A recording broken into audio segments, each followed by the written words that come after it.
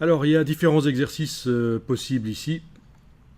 On va rapidement voir maintenant comment supprimer le fond quand on a affaire à des objets complexes et avec un fond qui n'est pas bien uni. Donc, est-ce que vous voyez la botanicale ici, l'espèce de betterave ou je ne sais quelle horreur.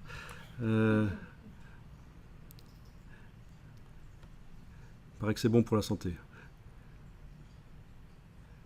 Donc voilà. Alors j'ai jamais essayé sur cette image, hein, mais je vais utiliser avec vous la technique qui permet de supprimer rapidement le fond. Alors plutôt que d'utiliser la baguette magique ici, parce qu'on a quand même des choses assez fines à préserver, et ça, la baguette magique, elle est très mauvaise sur des choses subtiles qui ne sont pas de l'infographie comme ce qu'on a vu avant. Eh bien, on va procéder autrement.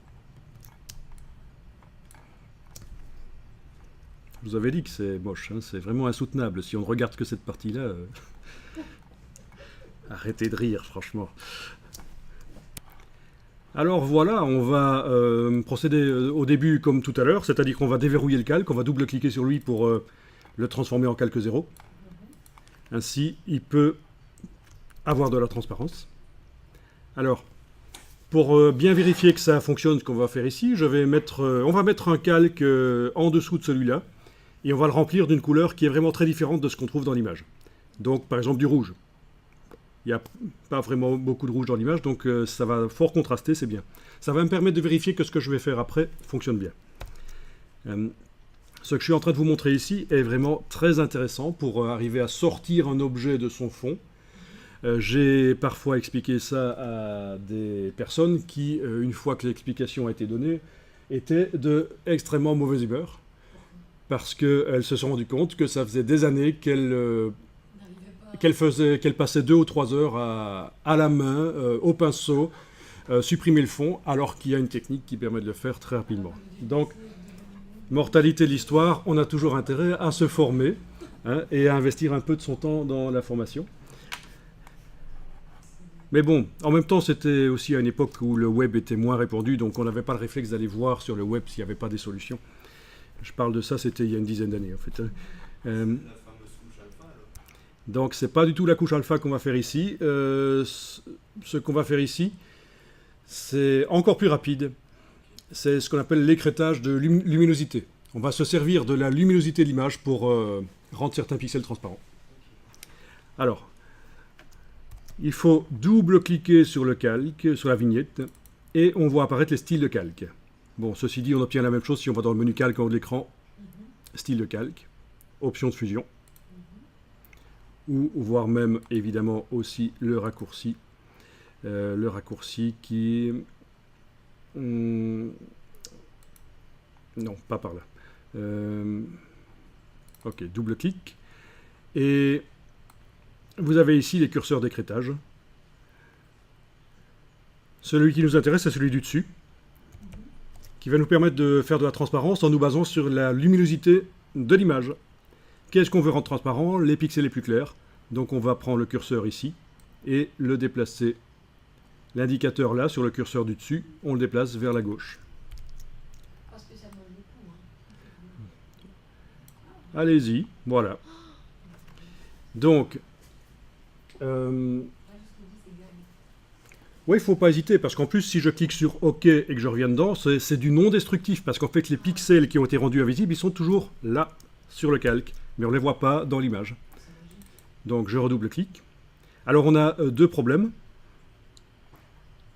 On a un problème ici, le centre de la betterave est devenu transparent. Et il n'est pas possible, avec cette technique, de dire que ça ne s'applique que sur une partie de l'image. Donc, ça s'applique sur tout, en fait. Mais c'est pas grave, parce qu'il y a une solution. C'est logique qu'il y ait parfois des petites choses qui foirent là, comme ça.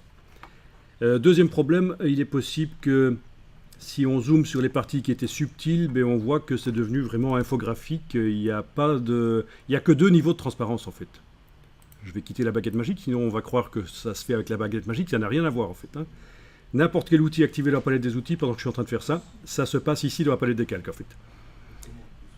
Donc vous voyez, il n'y a que deux niveaux de transparence. Soit c'est transparent, soit ça ne l'est pas. Donc, pour le problème des niveaux de transparence qui me font des choses bizarres là, ben on va zoomer sur une partie qui pose problème, justement, une partie où il y a de la subtilité au niveau des nuances. Et on va séparer en deux le petit indicateur ici en enfonçant la touche Alt sur le clavier et en bougeant. Et là, vous avez une transition entre ce qui est visible à gauche et ce qui est invisible à droite. C'est une transition et on a créé des différents niveaux de transparence. Voilà.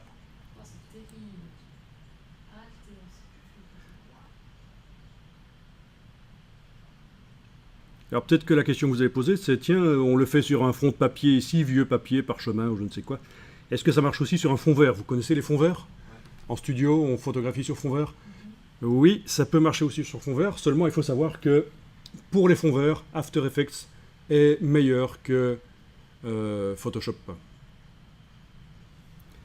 Voilà. Donc c'est un logiciel spécialisé dans la vidéo. Donc si vous envisagez de faire des photos d'objets sur fond vert ou de personnages sur fond vert, rendre transparent le fond vert, faites-le plutôt dans After Effects si vous avez l'occasion. Il y a plus d'outils pour contrôler la manière dont ça devient transparent. Ok. Alors on va enregistrer l'image telle qu'elle est là pour l'instant. Et on va continuer à travailler dessus. Pas longtemps, vous allez voir, c'est rapide. Donc il faut que je bouche le trou ici, la betterave qui est devenue transparente.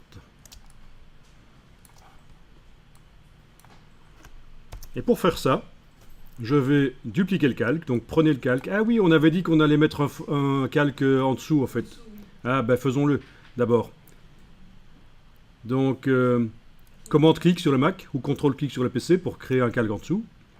Et on va le remplir avec du rouge par exemple. Donc menu édition, remplir. Édition remplir ou alors le raccourci majuscule suppression sur le clavier. Vous voyez? Alors je vous montre le clavier. Tenez pas compte des touches qui sont orange là. Donc majuscule enfoncé et en même temps touche suppression de caractère va vous amener la boîte remplir. Remplir avec quoi? Ben, pas avec du noir, pas avec du gris, pas avec du blanc. Ici, on remplit avec une couleur. Voilà. Remplir avec couleur. Et dès que vous faites ça, ça vous propose d'aller choisir une couleur. Ben, choisissez du rouge, dans ce cas-ci, puisque c'est une couleur qu'on n'a pas dans notre image. Et on clique sur OK. Et voilà, on voit encore mieux là où il y a des trous. Tiens, là, je remarque qu'il y a un trou là que je n'avais pas vu avant. Hein. Vous voyez, et sur la tige aussi, là. Voilà. On remarque vraiment partout où il y a des trous, parce que c'était en fait la même couleur que le papier. Bien sûr, le fond rouge ici, après, il va partir. Hein. Je pourrais même le modifier maintenant, en faisant CTRL U, ce qui correspond à image, réglage, teinte, saturation. Et je peux aller modifier la couleur du fond, pour que ce soit un peu plus agréable, peut-être. C'est image, réglage, teinte, saturation. Raccourci CTRL U. Alors, il faut boucher les trous. Donc, on va prendre le calque du dessus, le poignet dedans et amener la petite main qui poigne sur le bloc de feuilles là à gauche de la corbeille. Et on obtient une copie.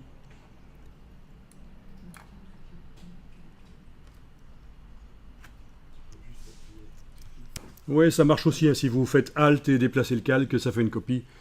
C'est d'ailleurs une erreur de débutant habituelle, on multiplie les calques sans comprendre pourquoi. Alors, vous avez le calque du dessus qui va servir à boucher les trous. Il faut faire en sorte que les pixels de ce calque apparaissent à nouveau tous complètement. Pour ça, on va double-cliquer sur ce calque et le curseur ici, on va aller le remettre en place. Complètement là où il devait être hein, au départ. Donc, plus d'écrêtage de luminosité sur ce calque, contrairement à l'autre en dessous. Donc, tous les pixels de ce calque apparaissent.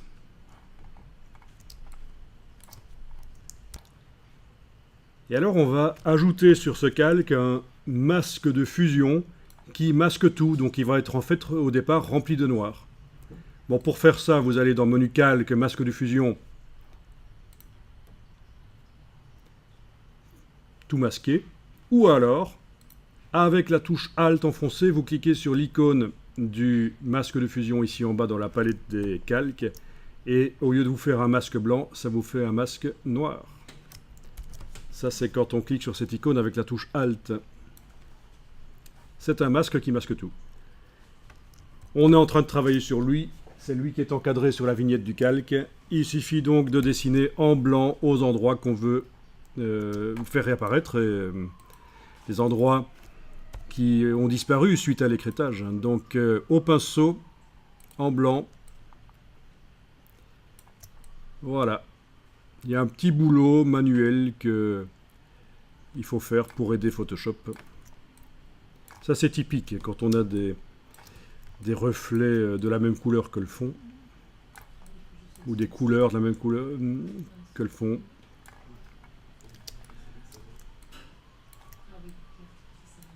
Voilà, maintenant vous n'êtes pas obligé d'être vraiment perfectionniste là-dedans. S'il reste quelques petites taches roses, c'est pas grave, elles auront la couleur. À la fin, elles auront la couleur du fond sur laquelle vous allez mettre l'objet, et ce sera beaucoup plus discret que du rose comme ça. Là, on est certain que si c'est nickel ici, ce sera nickel sur n'importe quelle image, hein, parce que c'est vraiment un fond uni, très coloré. Vous comprenez, si on met la betterave sur une image texturée, avec plein de détails, les erreurs se verront moins. Ok. Alors parfois, c'est difficile de voir où il faut dessiner. Et dans ce cas-là, on fait une opération supplémentaire, c'est qu'on crée un calque au-dessus de celui-là, qui contient la plante non écrêtée, donc avec tous les pixels qui apparaissent, et on modifie l'opacité pour faire apparaître par transparence l'image entière, pour savoir où il faut dessiner. Mais bon, ici, ça se voit où il faut dessiner. Mais en tout cas, souvenez-vous que si jamais on ne voit pas bien où il faut dessiner, vous avez la possibilité de créer un calque au-dessus, avec tous les pixels qui apparaissent, mais avec un certain niveau de transparence. Et ça va vous aider pour savoir où il faut dessiner.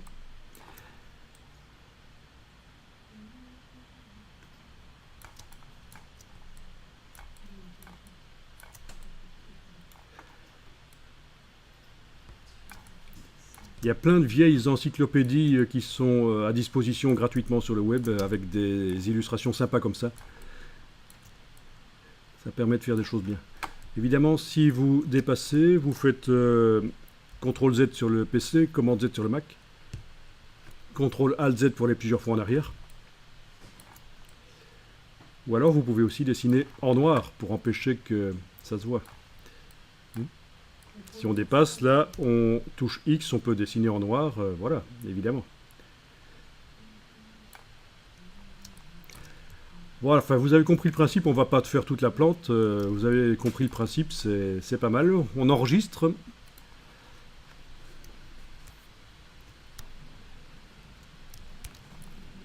Et alors maintenant, on va se débarrasser du bord là, et du texte et des petites taches qui restent. On va faire ça. Et pour faire ça, on va grouper les deux calques ici, les mettre dans un groupe. Donc on les active tous les deux. Alt, clic et majuscule clic. Clic, majuscule clic pour activer les deux. Et on clique sur l'icône du groupe. Et voilà, ils sont dans un groupe. Donc on va essayer de se débarrasser du texte et des petites taches qui restent. Et on va maintenant mettre un masque de fusion sur le groupe. Un masque de fusion qui fait tout apparaître. Donc il suffit d'avoir le groupe qui est ici activé comme ça, fermé, hein, ne le laissez pas ouvert. Sinon il y a... Donc je clique sur l'icône du masque de fusion sans enfoncer aucune touche et j'ai un masque qui arrive sur le groupe. Et là, il suffit que je dessine en noir sur ce masque pour que certaines des choses disparaissent comme ça. Je vous rappelle qu'on peut faire des droites dans Photoshop avec clic, majuscule clic. Voilà, ça permet d'aller plus vite. Hein. Ok. Clic, majuscule clic.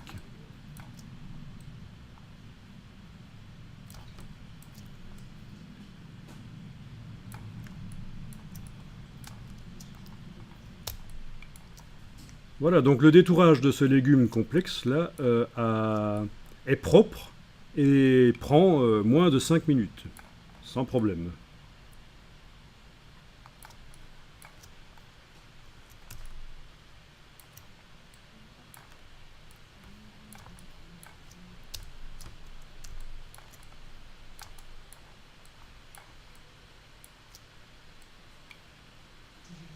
Donc faut pas y passer des heures. Et en fait, dans le domaine de l'infographie, comme dans d'autres domaines d'ailleurs, si vous faites quelque chose de répétitif et ennuyeux et très long, la première chose à faire, c'est d'arrêter de le faire tout de suite et d'aller voir sur Google s'il n'y a pas des solutions pour que ça aille plus vite. Il n'est pas logique dans le domaine du graphisme, ici l'infographie, de passer beaucoup de temps à faire quelque chose d'ennuyeux et répétitif et long. C'est pas prévu pour ça. C'était comme ça il y a une vingtaine d'années. Les premiers logiciels d'infographie, c'était du travail pixel par pixel, c'était un travail assez long, mais maintenant ce n'est plus ça. Ça doit aller plus vite. Ça va? Bon. Ben regardez, je termine en faisant entre les deux un calque vide que je vais remplir de blanc. Voilà. Et ça a l'air nickel.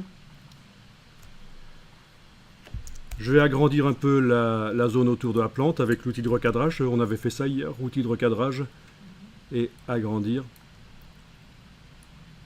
Valider. Pas oublier de valider. Voilà.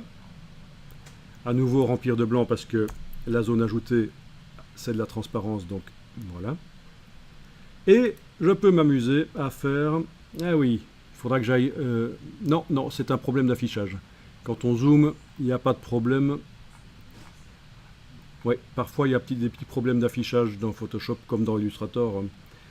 Il vous montre des gros traits alors qu'en fait ils sont inexistants, très très fins. Ok. Et dernière chose que je fais ici, ben, je vais ajouter une ombre portée, menu calque, style de calque, ombre portée.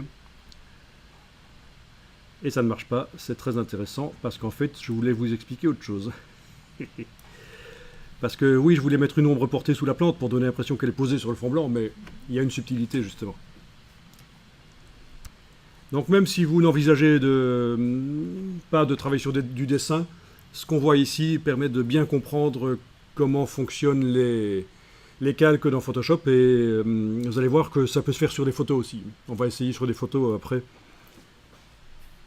Avec des oiseaux dans le ciel, par exemple, des choses comme ça, pour sortir des oiseaux. En plus, ils ont les ailes qui bougent, donc c'est flou, il y a de la transparence. Il y a même des photos d'oiseaux avec des ailes transparentes, partiellement.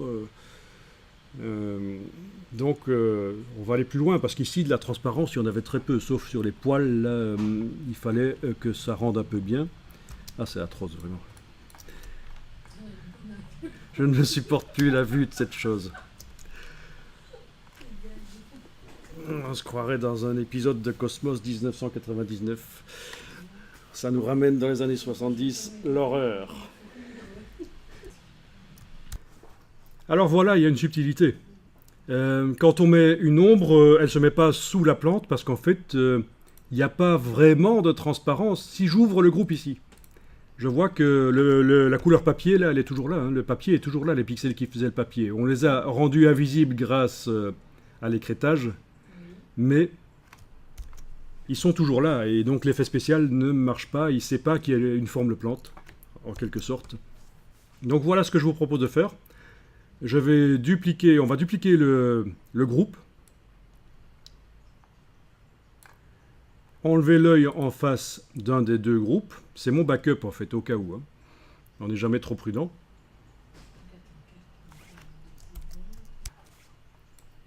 Donc, le groupe ici ne s'affiche pas, j'ai enlevé l'œil et je travaille sur le groupe du dessus. En fait, pour que les pixels qui sont rendus invisibles par écrêtage soient réellement effacés, il y a une astuce. Il faut créer un calque vide au-dessus du calque ou du groupe qui contient les choses écrêtées. Il faut activer les deux le groupe et le calque vide, et il faut les fusionner. Attends, Voilà, menu calque, on a l'option fusionner les calques. Pas les calques visibles, parce que là, ça va fusionner tous les calques qui sont affichés. Non, moi, je veux juste fusionner les calques que j'ai activés là avec clic majuscule clic. Menu calque en haut de l'écran, fusionner les calques. Résultat, on obtient un calque où les pixels du papier qui n'étaient pas visibles ont réellement été effacés. Normalement, vous ne voyez pas de différence à l'écran sur l'image. Hein. C'est juste que, ben oui, voilà, maintenant le réglage d'écrêtage, le masque pour boucher les trous, tout ça n'existe plus. Hein. Donc on fait ça quand c'est nickel en fait. Hein. Et sur ce calque, si on met un style de calque ombre portée, eh bien on a une ombre portée qui va apparaître. Il reste des petites taches, je vais les effacer à la gomme. Vous voyez ? Menu calque, style de calque, ombre portée, je modifie la distance, la taille, l'angle, l'opacité. C'est un style de calque, un effet spécial qui se met sur le calque qu'on vient d'obtenir là. Et qui peut donner des choses sympas. Vous occupez pas des tâches, on va les enlever après. quand tu es dans style de calque, Voilà, bon, c'est juste pour vous montrer qu'on peut mettre un effet spécial pour essayer de détacher un peu de son fond la plante, mais il faut avoir pris la peine de rendre les pixels transparents, au lieu qu'ils soient simplement invisibles. ça fait vraiment son ombre hein, là, quand on prend la distance et qu'on va. Bon, il reste des petits problèmes, il y avait des taches qui restent, et les taches qui restent autour là avec les ombres, oui on les voit là, les taches. Ça fait des grosses ombres. Ben, je vais travailler à la gomme. En général, on ne travaille pas à la gomme dans Photoshop, mais parfois, c'est encore utile. Donc, vous avez la gomme. Au niveau de la taille de la gomme, c'est comme un pinceau. CTRL-ALT, clic gauche de la souris sur le Mac, clic droit sur le PC. Voilà. Et on efface les taches qui posent problème.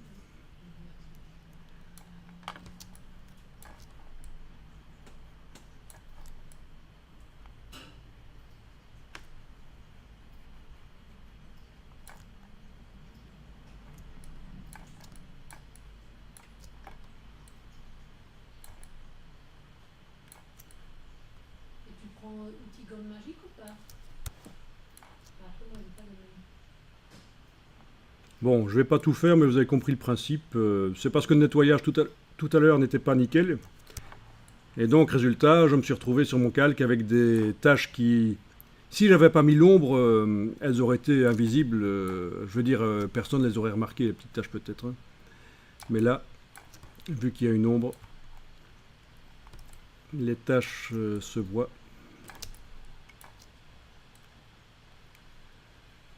Bon, tout ça m'apparaît nickel. Hein. N'oubliez pas d'enregistrer.